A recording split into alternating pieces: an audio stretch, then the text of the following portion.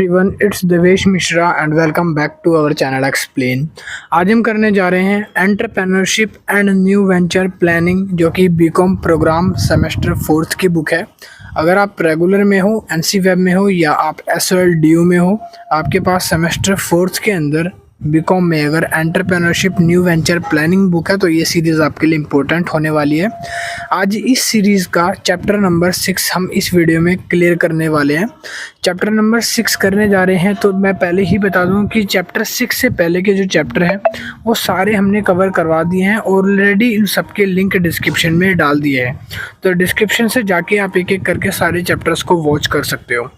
और इसके total unit में जो चैप्टर है 5 यूनिट है और पाँचों यूनिट के मिला के टोटल 8 चैप्टर हैं और 8 चैप्टर में से हम आज 6वां चैप्टर क्लियर करने जा रहे हैं। और एक इम्पोर्टेंट चीज़ और, अगर किसी को भी इस वीडियो के नोट्स चाहिए या इस बुक के नोट्स परचेज़ करने हैं तो भाई नोट्स ले सकता है। नोट्स रेडी हो चुके हैं। नोट्स के लिए आप मुझे मेरे व्हाट्सअप नंबर पे मैसेज कर सकते हो। मेरा व्हाट्सअप नंबर आपको डिस्क्रिप्शन में भी मिल जाएगा और स्क्रीन पे भी नीचे शो कर रहा है। तो इस नंबर पे आप मुझे मैसेज कर सकते हो कि सर हमें नोट्स बाय करने हैं और मिनिमम अमाउंट 120-130 जो भी होगा उसको आप पे करके नोट्स को बाय कर सकते हो। नोट्स में आपको सारे ही चैप्टर्स मिलेंगे। सारे चैप्टर्स मतलब पूरी बुक के 8 चैप्टर होंगे। शॉर्ट लैंग्वेज होगी और ईजी होगा पढ़ने में, ठीक है। और एग्जाम में पास होना कंफर्म हो जाएगा अगर आप नोट्स से पढ़ लेते हो। तो अभी हम जो करने जा रहे हैं वो कर रहे हैं chapter 6 financial aspect of business. तो आज हम इसी चैप्टर को कवर करने जा रहे हैं। तो चलिए शुरू करते हैं चैप्टर नंबर 6 जिसका नाम है financial aspects of business. Chapter के शुरुआत में सबसे पहले एक टर्म आती है मैनेजिंग फाइनेंस की। मैनेजिंग फाइनेंस क्या होता है पहले आपको ये समझना पड़ेगा। तो लिखा है finance is the one of the most important pre request to start an entrepreneurship. मतलब कि एंटरप्राइज, किसी भी एंटरप्राइज को ओपन करने के लिए सबसे एक महत्वपूर्ण चीज़ जो होती है वो होता है पैसा। पैसे के बिना आप कोई भी ऑर्गेनाइजेशन या कोई भी बिजनेस को खोल नहीं सकते हैं। In fact it is the availability of finance of facility and entrepreneur to bring together land, labor, machinery, raw material and combine them to produce goods।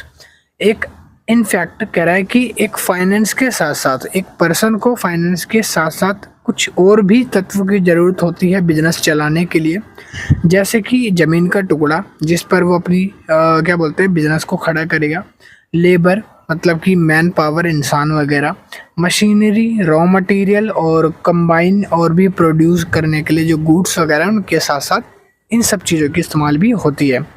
Finance इसमें से एक इम्पोर्टेंट फैक्टर होता है क्योंकि अगर ये सारी चीज़ें ना हो बट फाइनेंस है अच्छा खासा तो सारी चीज़ों को जुटा पाना मुश्किल नहीं होता। बट अगर फाइनेंस नहीं है और चीज़ें भी नहीं है तो फिर मुश्किल है, ठीक है। Finance and enterprise whether large or small is a critical element of success in business। एक बिजनेस को सक्सेसफुल बनाने के लिए उसकी स्मॉल या लार्ज एलिमेंट मैटर नहीं करती, उसका फाइनेंस मैटर करता है। फिर लिखा है instances are galore to cite that many enterprise though potentially successful failed because they are undercapitalised. काफ़ी सारी ऐसी फर्म्स हैं, काफ़ी एंटरप्राइज ऐसी होती हैं जो फेल हो जाती हैं इसमें, वो इसलिए क्योंकि वो अंडर कैपिटलाइज्ड होती है, मतलब कि उनके पास इतना ज़्यादा पैसा नहीं होता जिसकी मदद से वो अपने बिजनेस को फाइनेंस कर सके।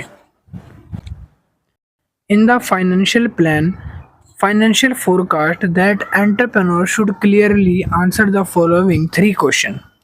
किसी भी तरह का फाइनेंशियल प्लान बनाने के लिए एक एंटरप्रेन्योर को 3 क्वेश्चनों का जवाब देना आना चाहिए। पहली चीज़, how much money is needed. For example मैंने बोला कि मुझे एक जियो की जैसे सिम है ना, इसी तरह से मैंने अपने नाम से देव नाम से एक सिम प्रोड्यूस करी। मैंने बोला मेरे को इस सिम के ऊपर एक बड़ी कंपनी बनानी है, जैसे रिलायंस है, टाटा है और ऐसे अंबानी वगैरह की ऐसे कंपनी खड़ी करनी है। तो मैंने एक एंटरप्रेन्योर को रखा। अब वो एंटरप्रेन्योर से मेरा पहला क्वेश्चन होगा कि भाई कितना पैसा लगेगा। पहला question, how much money is needed. दूसरा question, where will money come from, कि जो पैसा है वो आएगा कहाँ से। एंटरप्रेन्योर दिमाग लेके आएगा, वो ये बताएगा कि पैसा कहाँ से आएगा, तो ये चीज़ उससे करनी है। And the last question is when does the money need to be available, कब जो है मनी अवेलेबल हो सकती है और कहाँ हो सकती है, ठीक है। ये 3 क्वेश्चन जो है एक बिजनेस को स्टार्टअप करने से पहले एक एंटरप्रेन्योर पूछता है। While estimating the money needed, जब ये एस्टिमेट हो जाता है कि हमारे को मनी जो है, पैसा जो है मिलने वाला है, तब entrepreneur should take the following 3 things into consideration.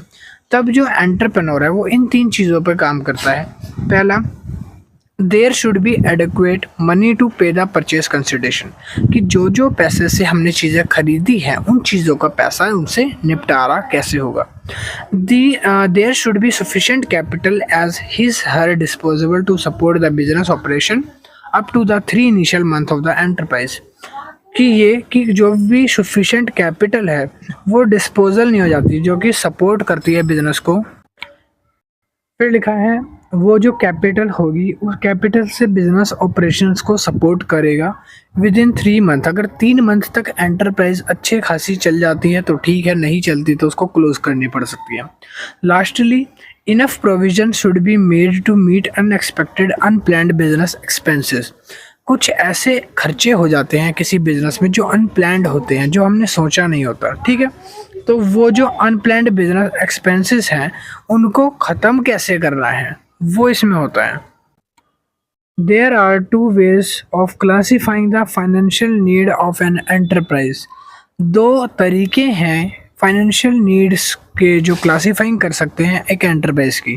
पहला तरीका है on the basis of extent of performance the financial need are classified into 2 types. पहला तो तरीका है कि हम उसकी परफॉर्मेंस के ऊपर क्लासीफाई कर सकते हैं कि बिजनेस में कौन सी परफॉर्मेंस के अकॉर्डिंग कौन सा कैपिटल स्ट्रक्चर लगा सकते हैं। दूसरा तरीका होता है कि पीरियड ऑफ यूज़, कि किस पीरियड के दौरान किस तरीके को यूज़ करा जाए। फॉर एग्जांपल, अगर मान लो मुझे कोई बिज़नेस खोलना है, बिज़नेस में मुझे छोटे टाइम के लिए खोलना है, मतलब कि 2 या 3 या 4 महीने के लिए खोलना है, तब मैं जो कैपिटल है वो इतनी नहीं लाऊंगा कि कम से कम 100 200 300 करोड़ की वो साल भर तक टिकाना है मेरे को बिज़नेस। नहीं, मुझे छोटी सी कैपिटल लानी है तो मैं छोटी सी कैपिटल लेके आऊँगा। छोटे टाइम के लिए बिज़नेस है तो मैं टाइम देख के लाऊँगा, ठीक है। तो 2 तरीके हैं, पहला कि जो परमानेंस है उसके अकॉर्डिंग, और दूसरा है पीरियड ऑफ यूज़, कितने पीरियड आपको इस्तेमाल करना है आप उसके अकॉर्डिंग लाओगे। ऊपर वाले में जो है जिसके अंदर हम कैपिटल पे निर्भर करते हैं फाइनेंस कितनी लानी है, उसके हिसाब से फिर हम देखेंगे कि फिक्स्ड कैपिटल और वर्किंग कैपिटल का यूज़ करेंगे। और दूसरा जो तरीका है उसमें अगर हम पीरियड ऑफ यूज़ पे डिपेंड करेंगे तो लॉन्ग टर्म कैपिटल और शॉर्ट टर्म कैपिटल के हिसाब से डिस्कस करते हैं। तो पहला तरीका आता है फिक्स्ड कैपिटल, फिर आता है वर्किंग कैपिटल।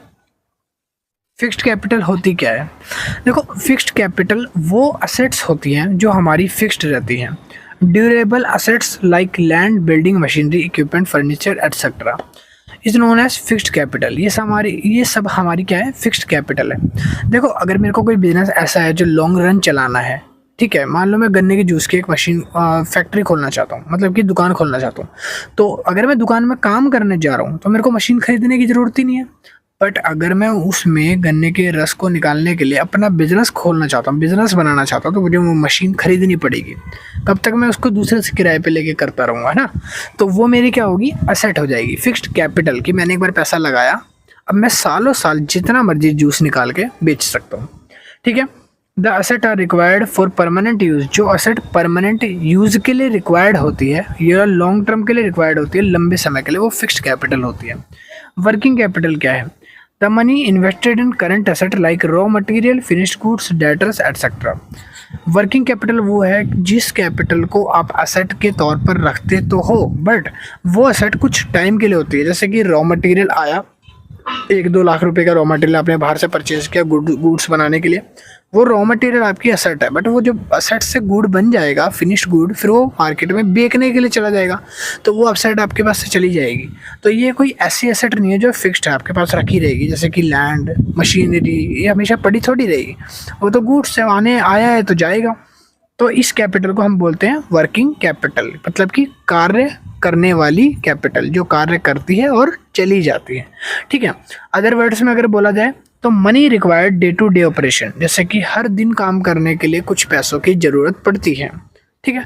आप एक जॉब पे जाते हो, मान लो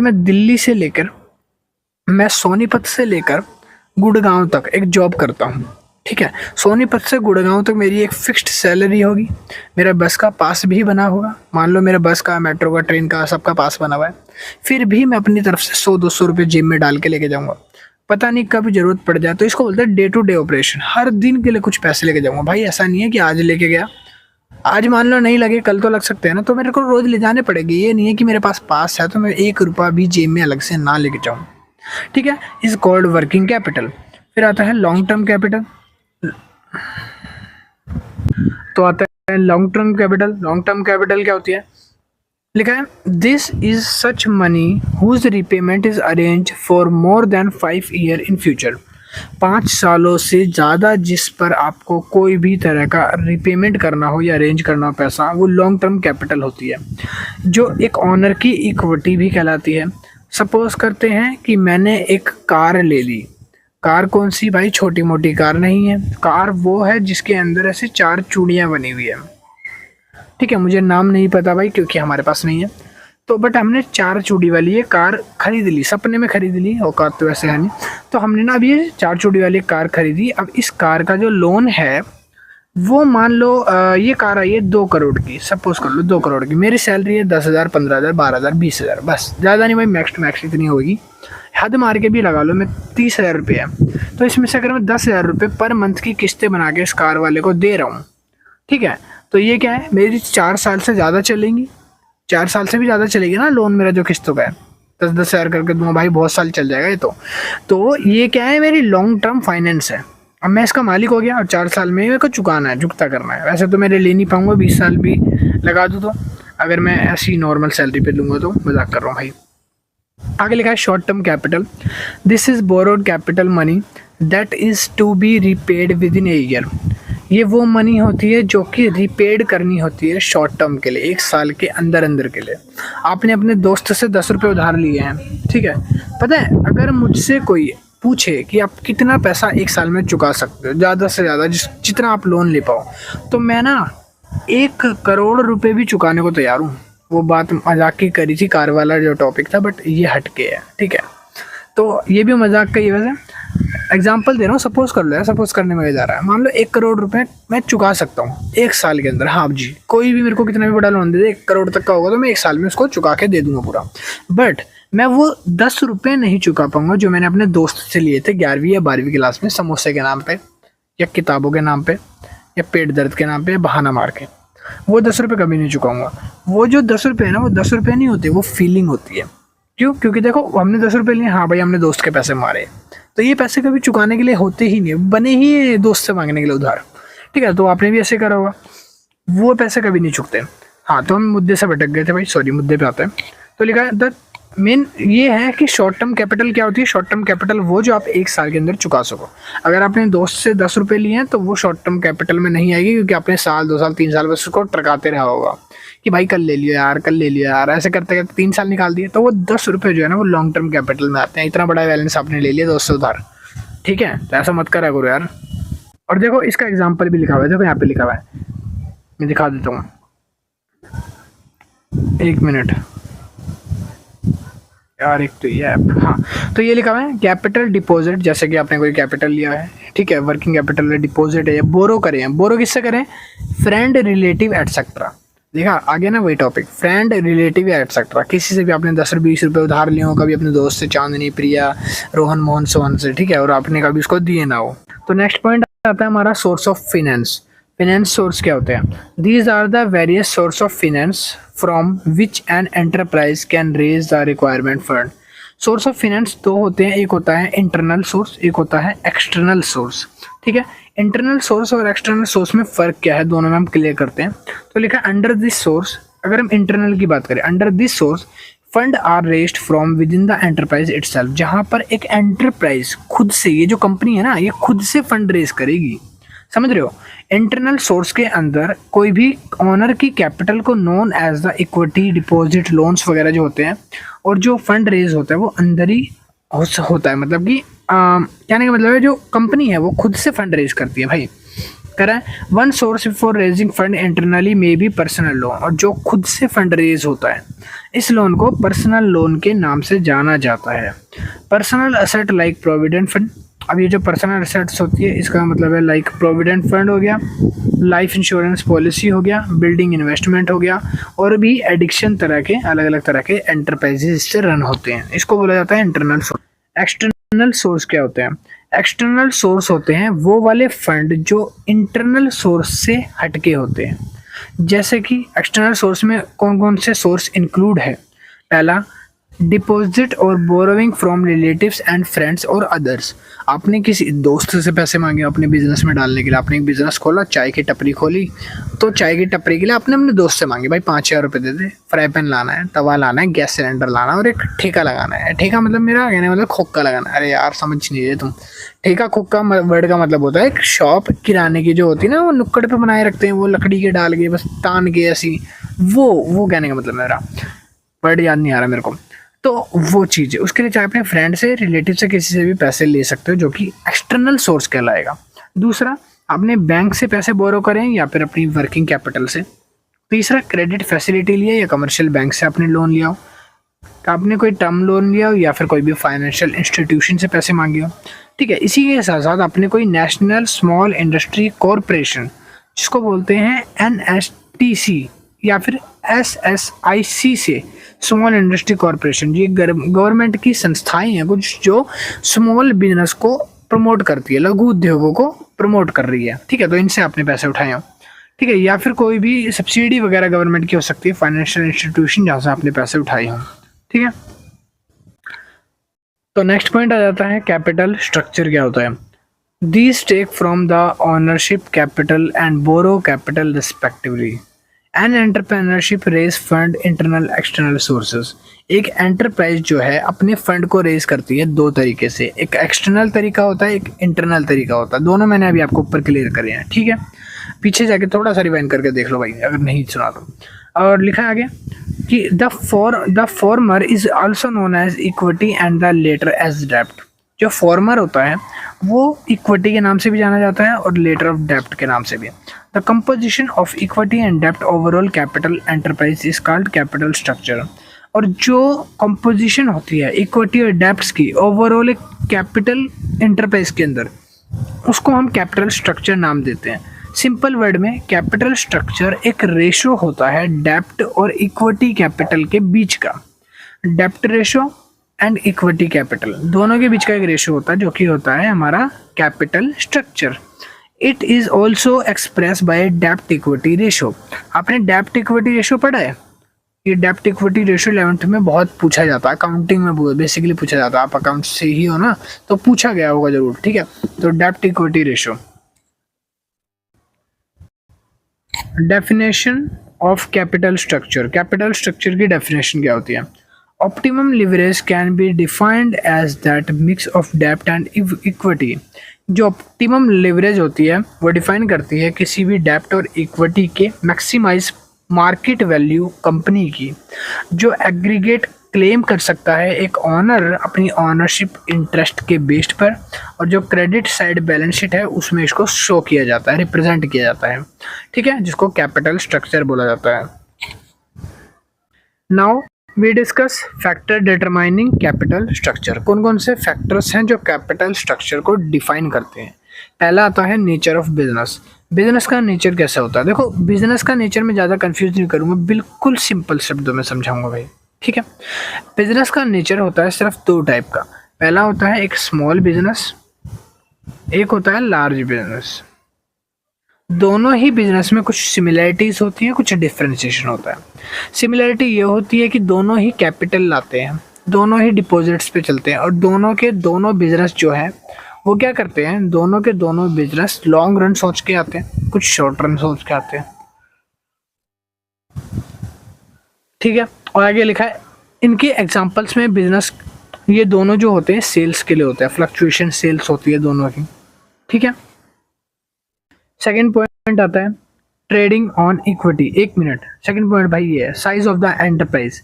साइज ऑफ द एंटरप्राइज के अंदर आता है दो तरह के साइज होते हैं, स्मॉल एंटरप्राइज होते हैं और एक होते हैं लार्ज एंटरप्राइज। ठीक है, तो लिखा है स्मॉल एंटरप्राइज में जो ऑनर की कैपिटल है वो बोरो करता है वो ज़्यादा से ज़्यादा अपने दोस्तों वगैरह से, रिलेटिव से। लार्ज एंटरप्राइज जो है वो लेस रिस्की होते हैं, रिस्क कम होता है उनमें क्योंकि वो बड़े तौर पे है। ठीक है, उसके बाद आता है ट्रेडिंग ऑन इक्विटी।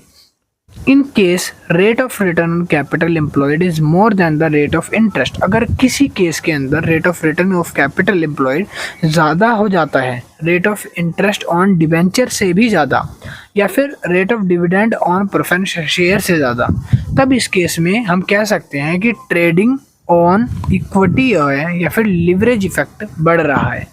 ठीक है, ट्रेडिंग ऑन इक्विटी का मतलब समझ गए। इक्विटी का मतलब जहाँ पे डिबेंचर के रेट डिविडेंड प्रेफरेंस शेयर से ज़्यादा होते हैं तब। नेक्स्ट पॉइंट आता है कैश फ्लो। लिखा the ability of a business to discharge its fixed obligation depend upon a ability of cash, कि जो भी एबिलिटी है बिजनेस की डिस्चार्ज हो जाती है, फिक्स्ड ऑब्लिगेशन से डिस्चार्ज हो जाती है कैश के बेसिस पे। A such more than the cash inflow the more of proportion for borrowed capital is the capital structure. और जितना भी प्रपोर्शन जो है बोरो कैपिटल का है वो कैपिटल स्ट्रक्चर में ही शो करता है। पर्पस ऑफ फाइनेंस क्या होता है?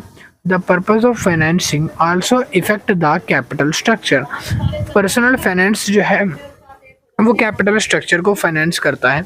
In case funds are required for some directly productivity purpose, for example the purchase of new machinery. लिखा है जो फंड्स होते हैं इसमें वो फाइनेंस की ज़रूरत तो पड़ती है, बट किस काम के लिए? जैसे कि मशीनरी परचेज करनी होगी, एक्सटर्नल कुछ फंड रेस हुए हैं जिनको सेटल करना हो सकता है, या बिजनेस की कोई पोजीशन जो है पे करना पड़ सकता है, उसकी फिक्स्ड चार्जेस वगैरह। तो इसके जो प्रॉफिट्स होते हैं ये उसमें से ही निकाला जाता है, जिसको हम पर्पस ऑफ फाइनेंस बोलते हैं। फिर आता है provision for future. The scope of changing the capital structure in futures happen to the consideration determining the capital structure of the enterprise। एक एंटरप्राइज के अंदर उसका कैपिटल स्ट्रक्चर डिटरमाइन किया जाता है कि इन फ्यूचर कैपिटल के साथ आगे रन तो कर पाएगी ना या फिर नहीं कर पाएगी। टर्म लोन क्या होते हैं? Simply state loan taken from the definite period time is called the term loan. Simple भाषा में लिखा है कि लोन जो भी हम डेफिनेट पीरियड ऑफ टाइम के लिए बैंक से या किसी से लेते हैं तो वो टर्म लोन होते हैं। टर्म लोन को दो हिस्सों में डिवाइड करा जाता है, एक होता है शॉर्ट टर्म लोन और एक होता है हमारा लॉन्ग टर्म लोन। ठीक है, दो तरह के लोन होते हैं, शॉर्ट टर्म लोन और लॉन्ग टर्म लोन। देखो नाम से जैसे पता चल रहा है शॉर्ट टर्म और long term. Long term loan जो होते हैं वो होते हैं ड्यूरेशन जिनकी 5 साल 10 साल और 15 साल तक हो सकती है और ज़्यादा भी हो सकती है। लॉन्ग टर्म लोन का मतलब होता है कि जो लंबे समय के लिए हमें एसेट चाहिए, पैसे चाहिए, तो वो बैंक्स वगैरह से मिलते हैं वो चीज़। अब इसके अंदर सोर्स क्या है? तो पहला तो है लैंड एंड साइट डेवलपमेंट के लिए पैसा चाहिए, बिल्डिंग या सिविल वर्क के लिए, plant and machinery installation expenses हो गया, या मिसलेनियस कोई भी फर्नीचर फिक्सचर या कोई ऑफिस इक्विपमेंट के लिए जो पैसे चाहिए होते हैं, ये लॉन्ग टर्म लोन के अंदर आते हैं। फिर आते हैं इसके बाद source of term loan. Term loan के सोर्स क्या होते हैं? तो लिखा है टर्म लोन के सोर्स जो अराइज होते हैं वो आते हैं इशू ऑन शेयर पे, इशू ऑफ डिवेंचर पे, loan from financial institutes, loan from commercial bank, public deposit और रिटेंशन ऑफ प्रॉफिट। फिर आता है नेक्स्ट पॉइंट शेयर्स। शेयर्स एक यूनिट होती है which is total capital of A company is divided. देखो एक कंपनी है, ठीक है, एक कंपनी के पास 100 रुपये की कैपिटल है, फॉर एग्जांपल 100 रुपये की कैपिटल है, कंपनी इतना पैसा संभाल नहीं पा रही भाई। कंपनी ने क्या करा, इस 100 रुपये की कैपिटल को 5 बंदों में बांटने का डिसाइड किया और बोली मैं इनसे लूँगी प्रॉफिट अपना। कंपनी ने बोला कि भाई आओ मैं 20-20 रुपये बांट रहा हूँ सबको, 5 बंदों में उसने 20-20 रुपये की कैपिटल बांट दी। अब मान लो पहले वो 100 रुपये का अकेला मालिक था, अब 20-20 रुपये के 20 मालिक आ गए, ये भी 20 आ गए, ये भी 20-20-20, ऐसे टोटल कितने हो गए? 100। हो सकता है एक बंदे ने पूरे 20 रुपये ले लिया, 20 रुपये की कैपिटल ले लिया, दूसरे बंदे ने पूरा 20 का ले लिया, मगर तीसरे बंदे ने सिर्फ 1 रुपये का खरीदा हो शेयर, चौथे बंदे ने भी 1 का खरीदा हो। ठीक है, तो कितने भी बंदे हो सकते हैं, 100 भी हो सकते हैं, 50 भी हो सकते हैं। अगर एक बंदा 2-2 ले रहा है, क्या पता एक बंदा 5 ले ले, एक बंदा 10-10 ले ले, एक बंदा 20-20 ले ले, तो 5 हो जाएंगे। तो ऐसे जो जितने कैपिटल, जितने शेयर्स खरीदेगा, जितने भी यूनिट ऑफ शेयर्स खरीदेगा, वो उतने % का मालिक बन जाता है उस ओनरशिप की कंपनी का। समझ रहे हो? 100% पूरी टोटल है, 100 में से अगर मान लो किसी बंदे ने 15 शेयर खरीद लिया, 15 यूनिट खरीद ली, तो वो 15% का मालिक होगा उस कंपनी का। और किसी ने अगर 51% से ज़्यादा खरीद लिया तो वो आधी संपत्ति का मालिक हो जाएगा। समझ रहे हो? ये कंपनी एक्ट है 1956 के अंदर, जिसके अंदर कंपनी इशू करती है अलग काइंड ऑफ शेयर्स के, जैसे प्रेफरेंस शेयर हो गया, इक्विटी शेयर हो गया। ठीक है, तो प्रेफरेंशियल शेयर क्या होते हैं, अब ये पढ़ते हैं। लिखा है these are the shares which carry preferential right over equity share the difference of the dividend. ये भी एक तरह के डिविडेंड्स की तरह होते हैं जिनके पास एक प्रोफेशनल राइट्स होता है। ठीक है, equity share which is not a preference share, equity share वो है जो प्रेफरेंस शेयर नहीं है। अलग शब्दों में अगर बोला जाए तो इक्विटी शेयर जो है वो डिवाइड करे जाते हैं कैपिटल से after the payment of dividends of capital and preference share. Equity share का पैसा जो है वो कैपिटल और प्रेफरेंस शेयर और डिविडेंड्स इन तीनों को पे करने के बाद मिलता है, पहले नहीं मिलता। पहले मिलता है प्रेफरेंस शेयर वालों को पैसा। Based on the type of share these are the two type of capital. अब देखो इक्विटी शेयर के अंदर भी दो टाइप के शेयर आते हैं, प्रेफरेंस शेयर कैपिटल और इक्विटी शेयर कैपिटल। ठीक है, procedure of issue of share. अब हम पढ़ेंगे कि इशू ऑफ शेयर का प्रोसीजर क्या होता है, मतलब कि शेयर्स को किस तरह से इशू करा जाता है। तो है इशू ऑफ प्रोस्पेक्टस। सबसे पहले जो है वो क्या होता है कि इंफॉर्मेशन कंटेंट को कलेक्ट करना होता है। इंफॉर्मेशन कलेक्ट होने के बाद अमाउंट ऑफ शेयर जो है वो बताया जाता है और वो कलेक्ट किया जाता है, जिसको बोलते हैं एप्लीकेशन मनी। दूसरा आता है रिसिप्ट ऑफ एप्लीकेशन। हमने जो एप्लीकेशन दी है अब वो एप्लीकेशन सामने वाले तक पहुंच जाएगी। आपने वो तो पढ़ा होगा ना, bank account debit, share capital account debit, share for future account debit. भाई आपने कॉमर्स में अगर चैप्टर कॉर्पोरेट अकाउंटिंग में पढ़ा है फॉर फ्यूचर और शेयर्स वगैरह का, तो ये चीज़ आपको क्लियरली समझ आएगी। देखो सबसे पहले एप्लीकेशन मेक करनी पड़ती है, फिर रेसिपिएंट के पास एप्लीकेशन जाती है कि भाई 10 शेयर्स खरीदने किसी को, एप्लीकेशन आई है तो हम क्या करेंगे, उसका पैसा रख लेंगे। पैसा रख के उसको क्या करेंगे, अलॉट कर देंगे शेयर्स। फिर आते हैं शेयर्स को अलॉट करने की बारी।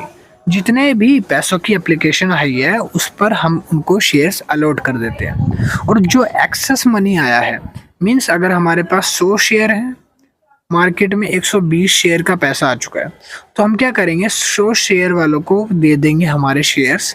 जो बाकी 20 शेयर हैं उन सबको क्या करेंगे, वापस से रिफंड कर देंगे।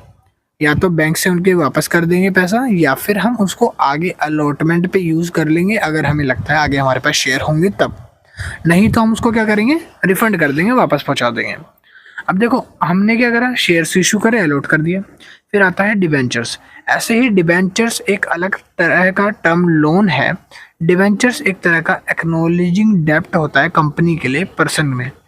ठीक है, कंपनी एक्ट 1956 में डिफाइन करा गया है डिबेंचर्स को।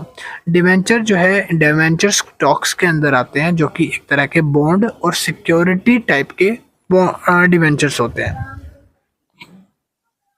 Difference between shares and debentures. अब बच्चे पूछेंगे कि भैया शेयर्स और डिबेंचर्स के बीच में थोड़ा अंतर क्लियर करो भाई, हमें नहीं पता। ठीक है, तो मैं बताता हूँ दोनों में डिफरेंस क्या होता है।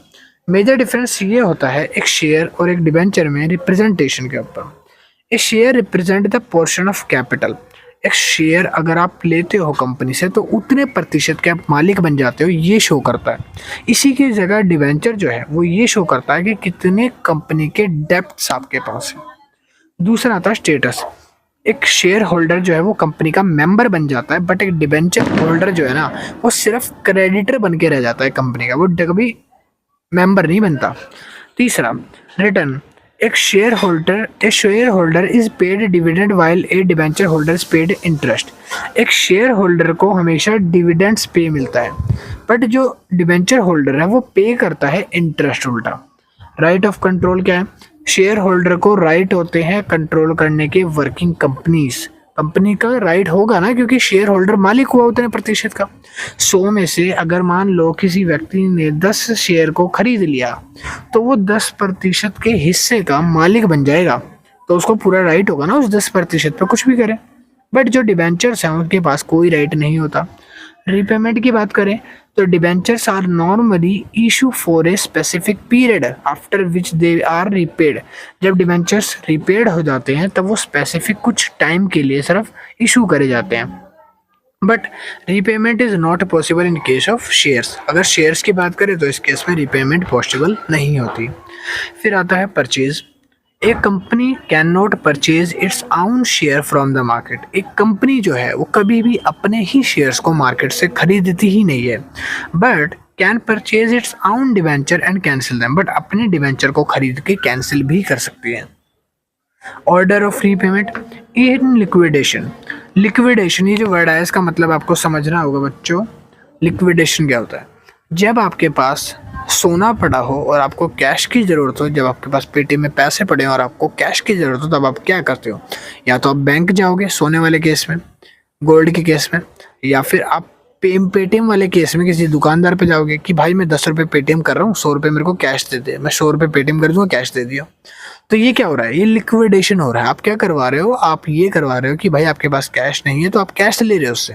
तो लिक्विडेशन मतलब आप अपने पैसे को जो आपका फ़ोन में है उसको कन्वर्ट करा रहे हो कैश में, करेंसी में, तो लिक्विडेशन होता है। तो but share holder are the last to get payment after the claim of fully satisfied.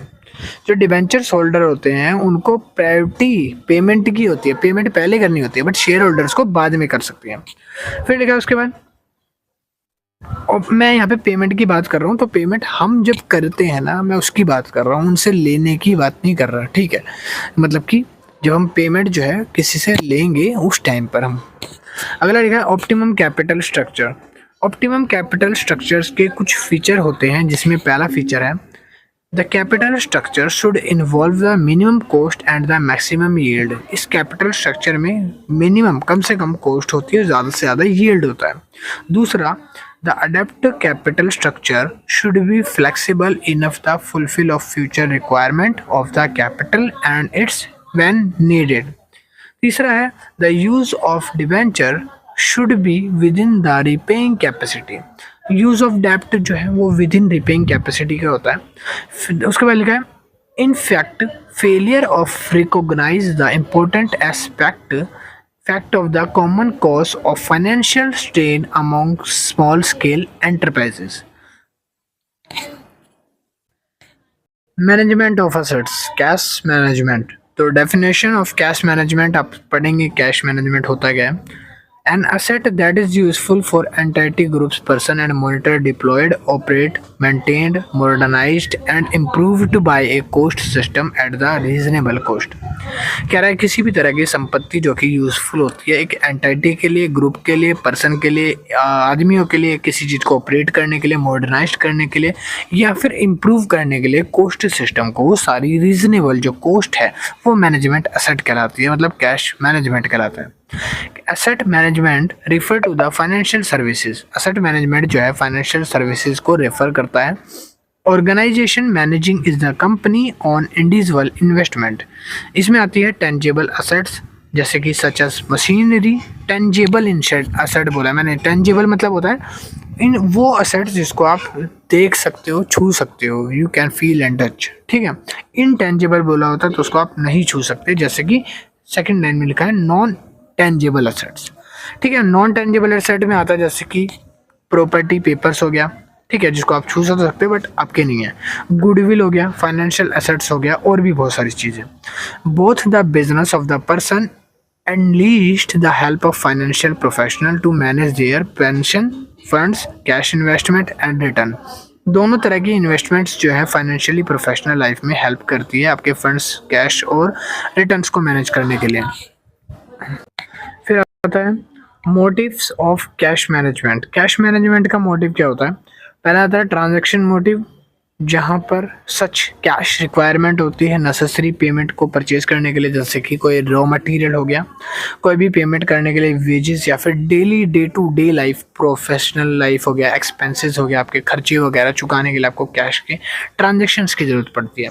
दूसरा आता है प्रिकॉशनरी मोटिव्स। प्रिकॉशनरी मोटिव्स हो गया जैसे कि फॉर एग्जांपल कहीं डिजास्टर आ गए, फ्लड आ गया, बाढ़ आ गया, घर तबाह हो गया, तो आपको उस जगह पैसे डोनेट करने हैं, दान देना है, ठीक है, वो मोटिव। तीसरा मोटिव होता है स्पेक्यूलेटिव मोटिव। स्पेक्यूलेटिव मोटिव मतलब कि एक फिक्स्ड अमाउंट जो कैश का होता है वो आप अपनी एडवांटेजेस, ज़रूरतमंद चीज़ों पर खर्च करते हो, चाहे वो रॉ मटेरियल हो या फिर आप कोई भी फेवरेबल प्राइस पर उसको खरीद सकते हो, ठीक है। ये एक तरह की अपॉर्चुनिटी होती है जिसको आप ग्रैब करते हो। उसके बाद है कंपनसेटिंग मोटिव। कंपनसेटिंग मोटिव मतलब होता है जहाँ पर एक एंटरप्राइज चेक क्लियर कराती है, ट्रांसफ़र कराती है फंड्स और ओवरड्राफ्ट फैसिलिटीज़ को यूज़ करती है। नेक्स्ट पॉइंट आता है कॉस्ट मैनेजमेंट। कॉस्ट मैनेजमेंट एक प्रोसेस है managing, controlling and monitoring resources file running A business. एक बिजनेस को चलाते टाइम पर उसके संसाधनों का सही तरीके से नियंत्रण होना चाहिए, व्यवस्थित होने चाहिए और अच्छे तरीके से इस्तेमाल करा जाए, ये कॉस्ट मैनेजमेंट होता है। कॉस्ट मैनेजमेंट में हमें बताता है कि जो भी इम्प्लीमेंट हो रहे हैं एक्सपेंसेस, उन एक्सपेंसेस को कैसे कंट्रोल किया जाए, कम से कम करा जाए। ठीक है। कॉस्ट मैनेजमेंट के कुछ फॉलोइंग स्टेप्स होते हैं, जैसे कि पहला रिसोर्स प्लानिंग। रिसोर्स प्लानिंग के अंदर रिसोर्सिंग की वो वाली प्लानिंग करनी होती है जहाँ पर ऐसे रिसोर्सेज हो जो कम कॉस्ट पर ज़्यादा बेनिफिट दे सके। कॉस्ट एस्टिमेशन, आपको कोई भी प्रोजेक्ट करते टाइम पे कुछ फिक्स्ड टाइम पीरियड या स्कोप आपको दिया जाएगा कि इतने टाइम से इतने टाइम आपको काम करना है। उस टाइम में आपको कॉस्ट एस्टिमेट लगा के कि हमें कम से कम खर्चे में काम निकालना है, आपको काम पूरा करना पड़ता है। फिर आता है तीसरा कॉस्ट बजट। कॉस्ट बजट मतलब कि ये नेक्स्ट स्टेप है कॉस्ट एस्टिमेशन का, जहाँ पर कॉस्ट बजट किया जाता है। इसके अंदर जो project will be determined with respect of project schedule and resource allocation constraint. The budget involve everything with the material of cost, labour cost, factory cost and work cost, machinery cost, administration cost और other cost. देखो budget के अंदर जब हम cost budget बनाते हैं तो जितने भी कॉस्ट से रिलेटेड टर्म्स है ना वो सारी इसके अंदर इंक्लूड होगी। किसी भी तरह का कॉस्ट होगा, किसी भी तरह की पेमेंट होगी, वो सारी इसमें जाएगी। देखो अब कॉस्ट बजट के अंदर काफ़ी सारी कॉस्ट है, जैसे कि historical data, reverse analysis, cost aggregation, फिर आता है funding limit reconciliation. Advantages of cost management. Cost management अगर हम करते हैं उसके बेनिफिट क्या होते हैं? पहली चीज़ तो to control the project specific cost which help to reducing the overall cost of business की जो ओवरऑल जो कॉस्ट वेस्ट जा रही है उसको रोकना। दूसरा ये प्रिडिक्ट करना कि एक्सपेंस कितने टाइम का होने वाला है फ्यूचर में अगर जो एक्सपेंस है या जो रिवेन्यू है अगर हमने अभी प्रिडिक्ट कर लिया, सोच लिया, तो उसके हिसाब से हम आगे काम कर सकते हैं। तीसरा पॉइंट है कॉस्ट मैनेजमेंट हेल्प करता है प्री डिफाइंड कॉस्ट रिकॉर्ड्स के लिए, जो कि फ्यूचर में लाभदायक है। आगे लिखा है compare the actual budget cost determining से एडिशनल कॉस्ट अकर्ड। हमें एक्चुअल बजट कॉस्ट को डिटरमाइन करना पड़ता है, कंपेयर करना पड़ता है एडिशनल कॉस्ट से। फिफ्थ पॉइंट है to provide assurance that the resources and the business activity work for achievement pre settle goals and objectives. Sixth है to analyse the business trend which are long going in concern in nature. फिर आता है challenges of cost management. Cost management के अंदर भी बहुत सारे challenges हैं। पहला है shortage of resources. In case अगर किसी केस में किसी संसाधनों की कमी पड़ जाती है तो डिफ़िकल्टी हो जाती है आगे मार्केट में, या फिर लेबर, मशीनरी, रॉ मटेरियल जैसी चीज़ों के लिए शॉर्टेज होने की वजह से प्रोजेक्ट रुक सकता है या अनसक्सेसफुल हो सकता है। नो अपडेट टेक्नोलॉजी अपडेट नहीं होगी तो मैनेजर जो है रिक्वायरमेंट टेक्नोलॉजी के जो पुरानी टेक्नोलॉजी है उससे काम करेंगे, और जब पुरानी टेक्नोलॉजी से काम होगा तो कॉस्ट भी लगेगी ज़्यादा और टाइम भी ज़्यादा लगेगा दूसरों के मुकाबले। डिफ़ॉल्ट इन एस्टिमेशन, पुअर एस्टिमेशन होगा। बिगेस्ट तरह का एक चैलेंजेस है जो मैनेजमेंट प्रोसेस को झेलना पड़ेगा। जब कोई एक्सपीरियंस ही नहीं होगा, जो कोई पुरानी मशीनरी से काम कर रहा है, तो उस जगह पर डिफ़ॉल्ट होते रहेंगे, ओवरकम्स होते रहेंगे, जिसकी वजह से बिजनेस के प्रॉफिट को भी इफेक्ट होगा। तो अब आ गई है नीचे समरी, मतलब आपका चैप्टर नंबर 6 यहाँ पे ख़त्म हो गया है। आई विश वीडियो अच्छी लगी होगी, समझ आया होगा, सारे कॉन्सेप्ट क्लियर हो गए होंगे। वीडियो अच्छी लगी तो लाइक करो, शेयर करो एंड सब्सक्राइब करो चैनल को। एसवाल के रिगार्डिंग भी अपडेट्स मिलती है और आपको बीकॉम सेमेस्टर 4 एसवाल की सारी प्लेलिस्ट में आपको वीडियोस मिल जाएगी। जितनी भी बुक है ना, सारी बुकों के ऊपर वीडियो बना रहे हैं एग्जाम से पहले, सारी वीडियोस प्लेलिस्ट में आपको होगी, तो बस चैनल पे जुड़े रहिए भाई, सारी वीडियो मिलेगी। और हाँ, इसके बाद के जो नेक्स्ट चैप्टर है भाई डिस्क्रिप्शन में लिंक है, तो वो जाके एक बार जरूर चेक कर लेना। डिस्क्रिप्शन से सारे चैप्टर्स को लाइन वाइज वॉच कर सकते हो। और एक इंपॉर्टेंट चीज़, अगर किसी को नोट्स बाय करने हैं इस बुक के तो नोट्स रेडी हो चुके हैं भाई। अगर आप बुक नहीं पढ़नी ना, वीडियो नहीं देखनी भाई, बोर हो रहा है, घंटे भर हमारे पास टाइम नहीं पढ़ने का, तो कोई बात नहीं भाई, नोट्स बने बनाए हैं, बस नोट्स आप बाय कर लो। 60 से 50 पेजेस पढ़ने होंगे, उसमें पूरी बुक कवर है। हाँ जी, बस पूरी बुक कवर है उसमें, 8 के 8 चैप्टर होंगे शॉर्ट में। तो जो भी नोट्स लेना चाहता है मुझे मेरे व्हाट्सअप नंबर पे मैसेज कर सकता है, डिस्क्रिप्शन में भी और स्क्रीन पे भी मेरा नंबर शो कर रहा होगा, ठीक है। ये मेरा नंबर है, इस पर आप मुझे व्हाट्सअप पे मैसेज करो कि सर हमें नोट्स परचेज़ करने हैं, और मिनिमम अमाउंट जो भी होगा वो आप पे करके नोट्स की PDF को बाई कर सकते हैं। तो आई होप वीडियो में सब कुछ अच्छा लगा होगा। बाकी जो है कमेंट कर देना, अच्छा लगा बुरा लगा, मैं हेल्प करूँगा, रिप्लाई करूँगा। और मेरे इंस्टाग्राम, व्हाट्सअप, टेलीग्राम के लिंक जो है वो डिस्क्रिप्शन में गिवन है ग्रुप्स के, तो वो भी जाके ज्वाइन कर लेना ताकि अपडेट्स आपको मिलती रहे SOL के रिगार्डिंग। Thank you.